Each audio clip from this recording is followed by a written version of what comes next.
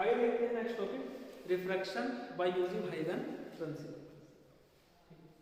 तो यहाँ पर हमारे पास एक इंटरफेस है, इससे ऊपर का मीडियम रेयर है और इससे नीचे का मीडियम डेंसर है। ठीक, एक बात हम जानते हैं, जब लाइट रेयर मीडियम से डेंसर मीडियम की तरफ आती है तो किधर बैंड होती है? नॉर्मल की तरफ बैंड होती है। अब जिस समय ये प्रिंसिपल आया था उस समय हमको ये मालूम नहीं था कि डेंसर में स्पीड कम होती है, डेंसर में स्पीड ज़्यादा होती है। तो ध्यान से देखेंगे, यहाँ से इमेजिन करते हैं हमारे पास एक प्लेन वेव फ्रंट आया है, प्लेन वेव फ्रंट। तो ये वेव फ्रंट यहाँ पर है, ये तो रेज हो गई और रेज के परपेंडिकुलर क्या होगी? Wave front. वो वेव फ्रंट धीरे धीरे इस पोजीशन पर आ गया। ये वाला जो पॉइंट है, यहाँ से आगे जो वेव फ्रंट ट्रैवल करने वाला है, नीचे तो डेंसर मीडियम में ट्रैवल करने वाला है, लेकिन जो ऊपर वाले पॉइंट से जब ये आगे ट्रैवल करेगा वेव फ्रंट तो रेयर मीडियम में ही है। क्लियर? हम सिर्फ जो एक्सट्रीम पॉइंट है, कोने वाले पॉइंट है, ये वाले पॉइंट से जो वेव फ्रंट आगे बढ़ रहा है, ये इस पॉइंट तक सबसे लास्ट में पहुंचेगा। उससे पहले जो नीचे वाले पॉइंट है वो किस में एंटर कर जाएंगे? डेंसर मीडियम में एंटर कर जाएंगे। तो जब हमको नए वेव फ्रंट की लोकेशन चाहिए कि नया वेव फ्रंट डेंसर मीडियम में कहाँ पे बनने वाला है, तो हम क्या करेंगे? सिर्फ दो पॉइंट को देखेंगे, इन दो पॉइंट की मदद से नए वेव फ्रंट को बनाएंगे। ठीक है, क्योंकि बाकी पॉइंट से अगर हम वेव फ्रंट बनाने लगे तो ये आधा रेयर में होने वाला है, नीचे डेंसर में होने वाला है, तो बहुत कॉम्प्लिकेशन बढ़ जाएगा। क्लियर है? देखिए, ठीक। अब यहाँ से इसको पता है कि सेकेंडरी, हमें पता है हाइगन प्रिंसिपल से कि हर एक पॉइंट एक्ट करने वाला है कैसे? सोर्स की तरह, वो सेकेंडरी वेवलेट बनाने वाला है। ठीक है, हम सिर्फ दो पॉइंट की बात करेंगे, ए बी की। ए पॉइंट से सेकेंडरी वेवलेट यहाँ से शुरू हो जाएंगे, बी पॉइंट में अंदर की तरफ बनने शुरू हो जाएंगे। तो यहाँ पर हमारे पास तीनों पॉसिबिलिटी है। हम ये मान के चलें कि डेंसर मीडियम में स्पीड ज़्यादा है। अगर डेंसर मीडियम में स्पीड ज़्यादा है तो यहाँ जो वेव फ्रंट आगे बढ़ेगी सेकेंडरी वेवलेट, उसकी रेडियस भी सेम टाइम में ज़्यादा होने वाली है, क्योंकि रेडियस क्या होती है? टी टाइम के बाद v इंटू टी, स्पीड ज़्यादा और रेडियस ज़्यादा। अगर हम ज़्यादा स्पीड मानकर नीचे वाले मीडियम में नया वेव फ्रंट बनाए तो हम देख रहे हैं कि इस वेव फ्रंट की शेप कुछ बाहर की तरफ हो चुकी है, मतलब लाइट किधर बैंड कर चुकी है? नॉर्मल से दूर जा चुकी है। जबकि ऐसा नहीं होता, जब लाइट रेयर से डेंसर पर जाती है तो किधर बैंड करती है? नॉर्मल की तरफ बैंड करती है। अगर हम ये मान के चलें इस मीडियम में और इस मीडियम में स्पीड बराबर है, तो यहाँ से वेवलेट सेम स्पीड से आगे बढ़ेंगी, यहाँ की वेवलेट भी सेम स्पीड पर, और हर एक पॉइंट पर जब हम नया वेव फ्रंट ड्रॉ करेंगे किसी भी टाइम पर, तो हमारे पास वेव फ्रंट देखते हैं कि सीधी डायरेक्शन में ऐसे प्लेन बनने वाला है इसके पैरेलल, मतलब सीधी डायरेक्शन में आगे बढ़ जाएगा। अब तीसरा ऑप्शन क्या है कि हम ये मान के चले कि जो डेंसर मीडियम में है उसमें स्पीड क्या हो रही है?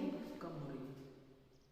ठीक है, और क्योंकि प्रैक्टिकली हमको ये पता है कि लाइट नॉर्मल की तरफ बैंड करती है, और लाइट को अगर हम एज वेव समझ रहे हैं हाइगन की तरह, तो ये नॉर्मल की तरफ तभी बैंड कर रही थी जब हम डेंसर मीडियम में स्पीड क्या माने? रेयर से कम मान लेते हैं। ठीक है, तो हमने मान लिया सेकंड मीडियम में जो लाइट की स्पीड है वो v2 है, और फर्स्ट मीडियम में लाइट की स्पीड कितनी है? v1 है। टी टाइम के बाद यहाँ का वेव फ्रंट से जो सेकेंडरी वेवलेट बनी वो यहाँ तक पहुँच गई, तो ये जो रेडियस, ये डिस्टेंस बनेगी, ये कितनी हो जाएगी? टी टाइम के बाद v1 इंटू टी, सर्किल की रेडियस कितनी आगे बढ़ जाएगी? v1 into T. यहाँ से जो सेकेंडरी वेवलेट बनेगी नीचे वाले मीडियम में, उसकी रेडियस कितनी हो जाएगी टी टाइम के बाद? v2 इंटू टी, और सेकंड की स्पीड कम है तो ये जो v2 टी है ये v1 टी से क्या आने वाली है? छोटी आने वाली है। तो हम क्या करेंगे? यहाँ पर एक सर्किल, एक आर्क ड्रॉ करेंगे v2 टी रेडियस की, ये मान लो वो आर्क है। ठीक, अब मुझको इस पॉइंट से यहाँ पर, अगर एक्चुअल हम देखें हमें तो हर एक पॉइंट से वेवलेट ड्रॉ करनी थी, लेकिन वो बनाना बहुत मुश्किल हो जाता था, क्योंकि यहाँ से जो वेवलेट है पहले वो रेयर मीडियम में चल रही है, फिर आगे डेंसर मीडियम में, तो वो शेप बनानी बहुत मुश्किल हो जाएगी। तो हमने सिर्फ एक्सट्रीम पॉइंट पकड़े हैं, क्योंकि ये पॉइंट की जो वेवलेट है वो डेंसर में ट्रेवल कर रही है और ये पॉइंट की रेयर में ट्रेवल कर रही है।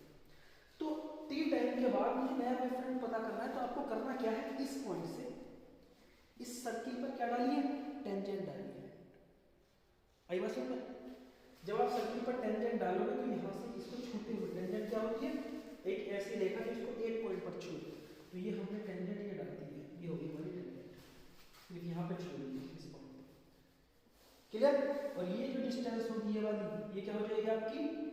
v2 t। ठीक, अब ये जो वेव फ्रंट आपके पास जो नया वेव फ्रंट आया है, ये रेयर से डेंसर मीडियम में आपके पास नया वेव फ्रंट आ गया। अब आगे जो सेकेंडरी वेवलेट चलेंगी हर एक पॉइंट से सेम मीडियम में चल रही है, तो आगे फिर से ये सीधा ऐसे मूव कर जाएगा। वेव फ्रंट के रेस कैसे बनाओ, परपेंडिकुलर बनाओ, तो ये सीधा ऐसे मिल जाएंगे आपको, ये सीधा इस तरीके से। ठीक है कि अगर आप ये मानते हो डेंसर मीडियम में स्पीड रेयर के मुकाबले घट रही है, तभी आपकी जो रेज है वो नॉर्मल की तरफ बैंड होगी, या जो वेव है लाइट वेव वो नॉर्मल की तरफ बैंड होगी। सेम स्पीड मानोगे तो सीधी निकल जाएगी, ज़्यादा स्पीड मानोगे तो उस तरफ चलने वाली है। ठीक है, अब मुझको रिफ्रैक्शन को प्रूफ करना है, लॉ ऑफ रिफ्रैक्शन को बाय यूजिंग हाइगन प्रिंसिपल। ये डिस्टेंस v1t हो गई, ये डिस्टेंस v2t। अगर मैं एंगल ऑफ इंसिडेंस लिखूं तो एंगल ऑफ इंसिडेंस ये तो रे है, ये लाइट रे है, इस पॉइंट पर पड़ी, यहाँ पे नॉर्मल बनाओ, नॉर्मल बनाओ, नॉर्मल बनाओ, यहाँ पे इस पॉइंट पर ये बनेगा। ठीक, ये एंगल क्या बनेगा आगे, एंगल ऑफ इंसिडेंस।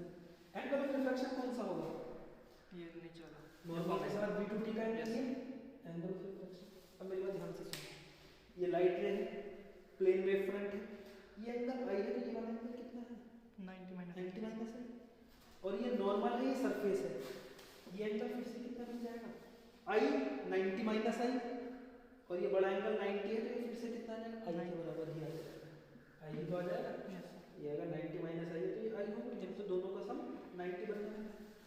इसी तरह से ये देखो ये 90 बनेगा, वेव फ्रंट और रेस के बीच का एंगल 90 था बनेगा, ये r है, ये एंगल कितना मिलेगा 90 माइनस आर, ये 90 माइनस आर, ये 90, तीनों एंगल का सम कितना होता है 180 ट्रायंगल का। जब इसको सॉल्व करोगे तो ये आगे कितना मिलेगा आपको आर मिलेगा, आर 90 माइनस आर 90, और ये आर, तीनों एंगल का सम कितना रखोगे 180।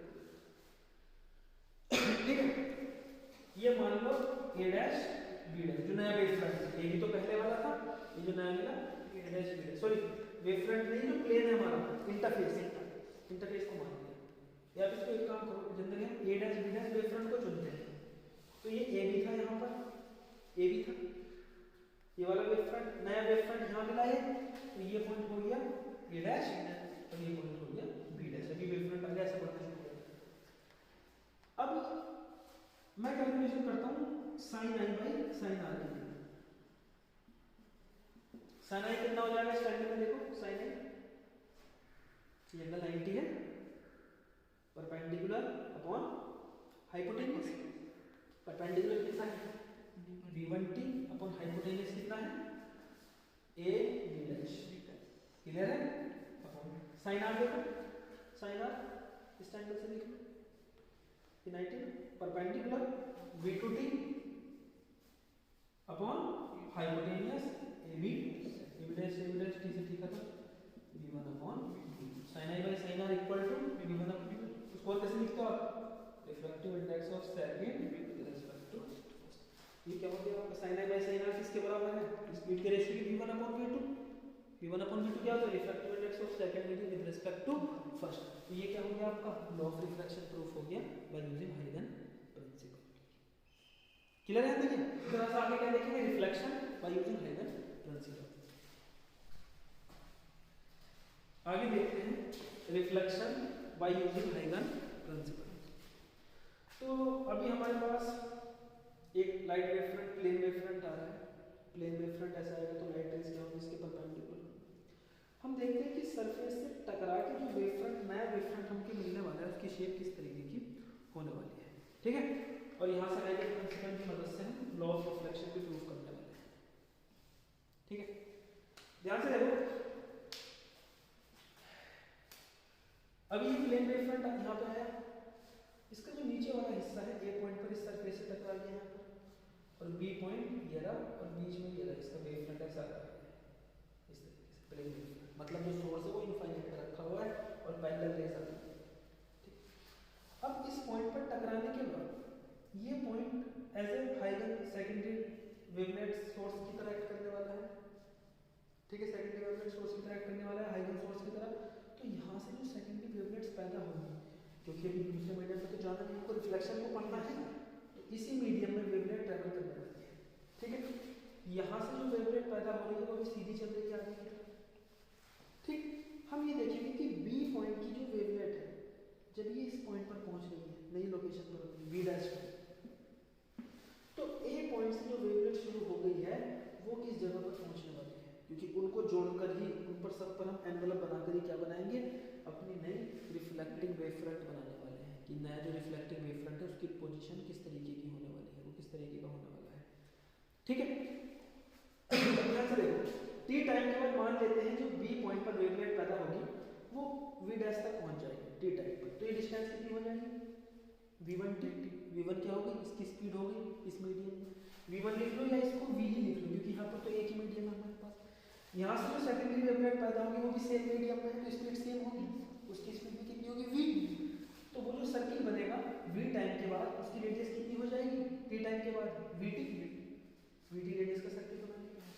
अब इस पॉइंट से इस पर टेंजेंट डालेंगे और हमको नया वेव फ्रंट मिल जाएगा, तो यहाँ से मैंने ये टेंजेंट डाली तो ये a से नया पॉइंट क्या मिला a डैश, जब b पॉइंट की वेवलेट कहाँ पहुँच गई b डैश तक पहुँच गई, आई बात समझ में, तो ये हमको नया वेव फ्रंट मिल गया।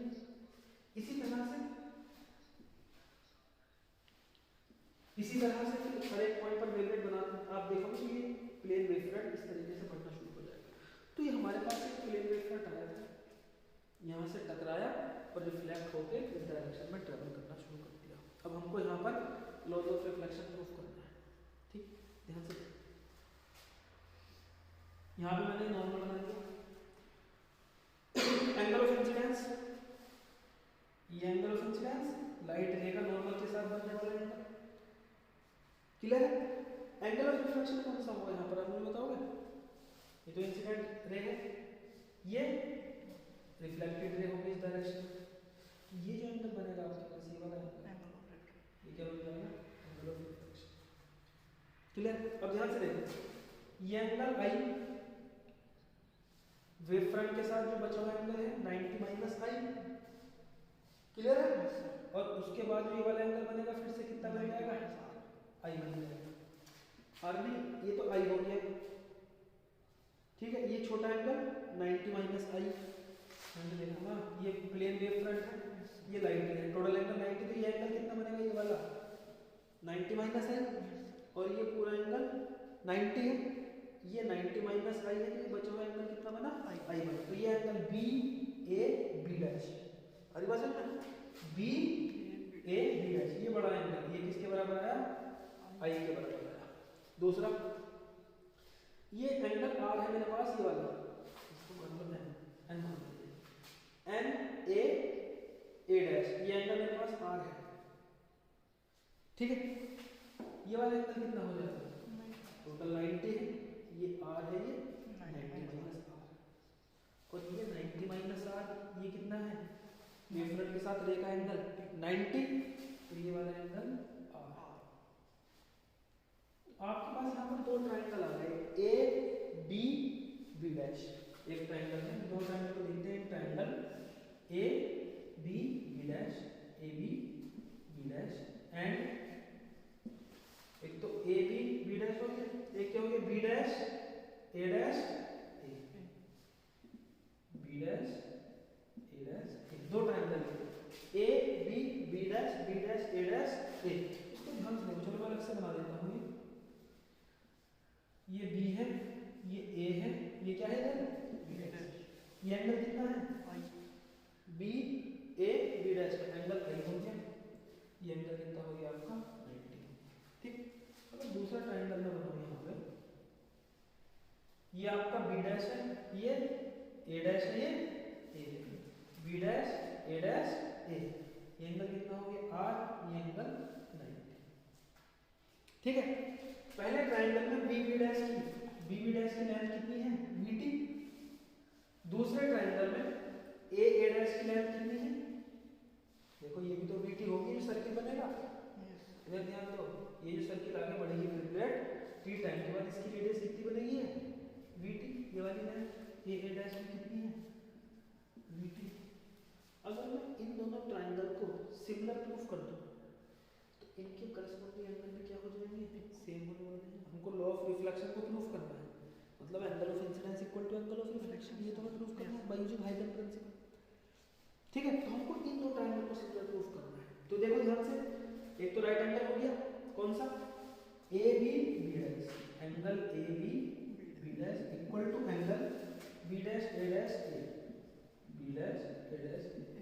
क्या वो कंडीशन होगी? बोथ नहीं, राइट एंगल हो गया। इस ट्रायंगल की हाइपोटेनियस ए बी डैश, इसकी भी ए बी डैश, ये तो कॉमन है नीचे वाली लाइन, तो A B dash equal to A B dash. ठीक है, दोनों ट्रायंगल की हाइपोटेनियस इक्वल, हाइपोटेनियस कॉमन हो गई ना, कॉमन लिख दिया, हाइपोटेनियस इक्वल है, कॉमन लिख दिया। तीसरा, तीसरी कंडीशन क्या लिखोगे इसमें? बी बी डैश किसके बराबर? बी टी के बराबर, और यहाँ पर दूसरे ट्रायंगल के लिए क्या बन जाएगी आपकी? A A dash. ठीक, तो B B dash equal to A A dash. बहुत, दोनों की लाइन कितनी है? B D. तो एक राइट एंगल ट्रायंगल जिसका एक एंगल 90 है, हाइपोटेनियस और एक साइड इक्वल है, तो वो दो ट्रायंगल क्या होते हैं? सिमिलर। कौन सा नियम है ये? RHS rule. आरएचएस रूल क्या होता है? राइट एंगल, हाइपोटेनियस और अन्य साइड। अगर आपके पास एक राइट एंगल है, दो ट्रायंगल में एक राइट एंगल, दो राइट एंगल ट्रायंगल है, उनकी हाइपोटेनियस इक्वल है और एक साइड इक्वल है, तो वो ट्रायंगल क्या होते हैं? हमारे सिमिलर ट्रायंगल होते हैं। क्लियर है? और सिमिलर ट्रायंगल में करस्पॉन्डिंग एंगल दैट